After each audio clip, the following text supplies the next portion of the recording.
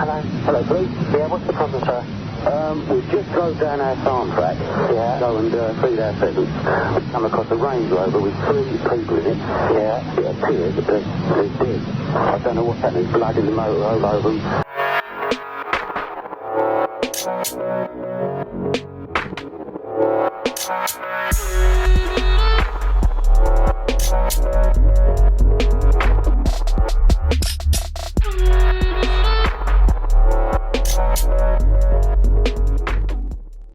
And welcome back to a new video on the Essex Boys case. As always, if you are enjoying the content, please do give the video a thumbs up.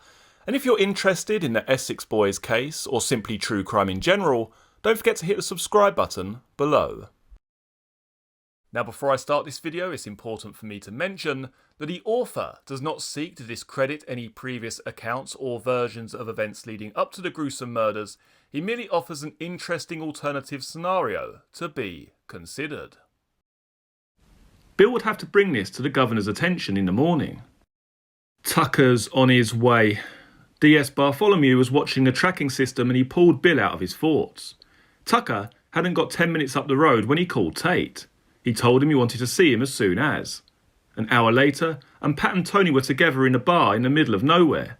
It was a quiet country pub, and no one paid them any attention at the table in the corner. The watchers were probably happy. Tate was on their radar, and Tucker, who had been missing all afternoon, had just reappeared. Though what the surveillance team would get was nothing. They were watching the cars in the car park, and about as much use as chocolate spoons. The Basildon-based watchers were getting bored and didn't have a lot of enthusiasm for the job anymore.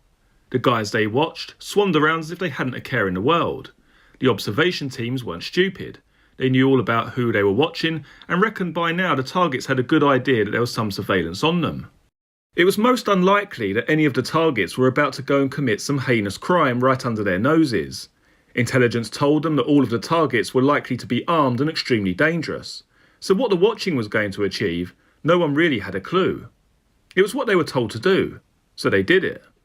A controlled stop with armed officers and an illegal firearms charge was mooted as the best option by several of the brighter flames on CID. Everyone knew Tony Tucker and Pat Tate were hardened criminals. The nightclub security business just a convenient and legitimate cover for their real occupation, which ran nicely alongside the ruthless drug empire they had developed. Basildon CID were both frustrated and far from naive as to the real role the two guys in the quiet country pub played in their county. Their names and the names of their associates were well known to the Essex police. Unfortunately, they had nothing which would stick. Porky Green never admitted it to himself, but he knew exactly what Tony Tucker and Pat Tate were, and he was way out of his depth. Even if the fool didn't know it, one day they would be his undoing. But like all of life's cowards and appeasers, they feed the monster, hoping it will eat them last.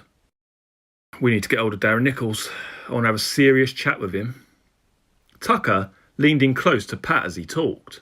An oddball had just wandered into the bar and ordered a shandy.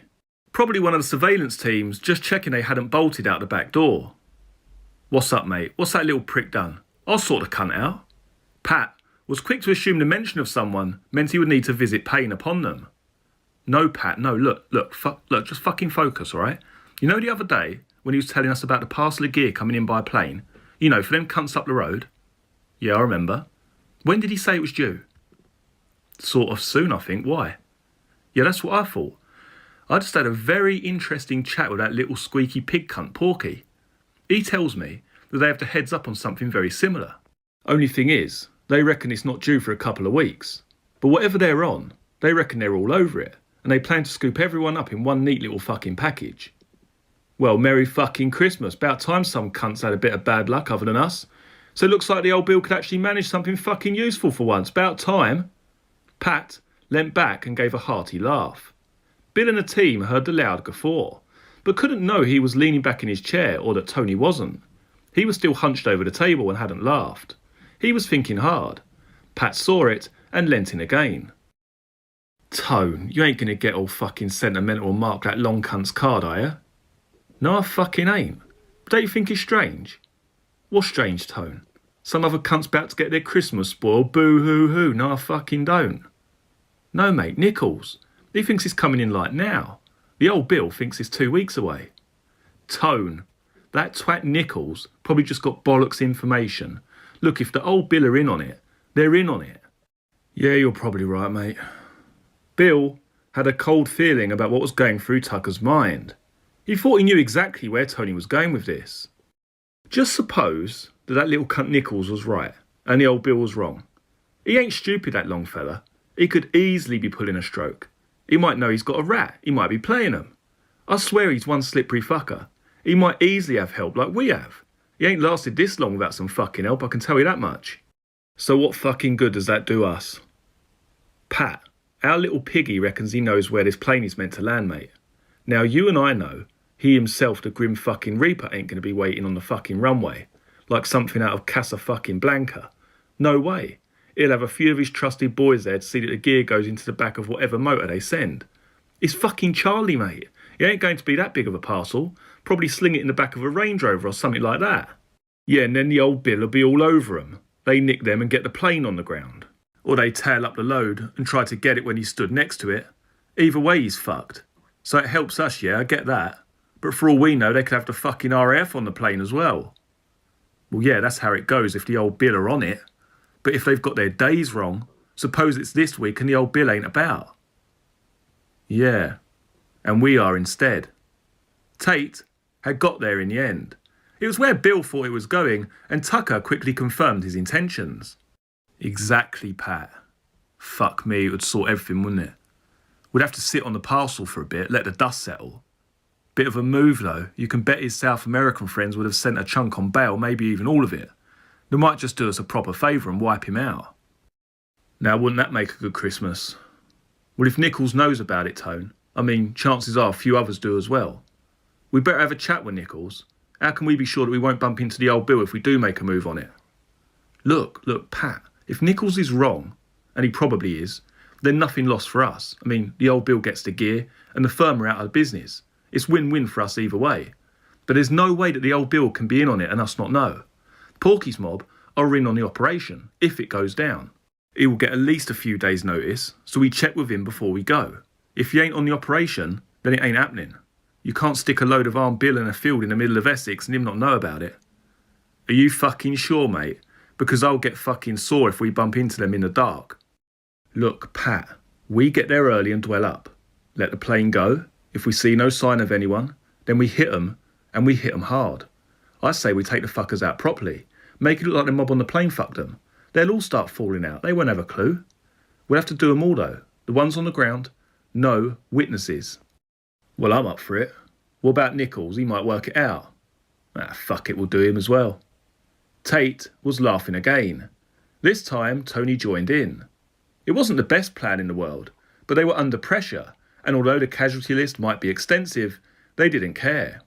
A plan to knock off over half a dozen guys from the big firm out of East London in a field in the middle of the night and drive off with a large quantity of cocaine. Now this was definitely something Tucker and his crew would attempt, judged on past performance. The trouble was, Clive wasn't some bunch of newbies in Amsterdam who had things easy and were complacent on their early ventures. This was a hardened survivor who thought things through and covered all his bases. The very least Clive would have was an overwatch on the drop site. It's what Bill would do. The overwatch might not engage, they might not have Bill's tactical abilities, but they would at least have night vision. Clive would have a very decent description of the thieves and all available intel on the audacious move against him. He would also be swift and ruthless with his retaliation. The ensuing drama might achieve a lot of desired results, but it might also be a bloodbath. Tucker and Tate had already stated the obvious. No survivors at the robbery, and they were also considering taking out one of their own who might be a weak link. Realistically, how long did they think they would be able to conceal the parcel from their counterparts? The firm was under financial pressure. They would need to start liquidating the prize as soon as possible. It wouldn't take long, if the parcel was as sizable as suggested, for the whispers to travel on the jungle drums of just who had lots of coke in town. The suppliers? Now they were a complete unknown quantity. Add them into the equation, and you could have Pablo Escobar's boys in the mix as well. Clive was a big fish, and could easily have some serious foreign partners. There was a lot to consider if Tucker and Tate seriously intended to have a go at the prize and the opportunity which arose for them. You have been listening to the book Once Upon a Time in Essex. This book is available to purchase online at Amazon and other online book retailers. Many thanks for joining me for this video. Very shortly you'll be able to see some other videos from the channel, including the Essex Boys playlist, which has all of the videos concerning this case in one convenient folder. If you like this video, please do give it a thumbs up. If you're new to the channel, please consider subscribing. I look forward to seeing you all again in the next video. Take care. Cheers.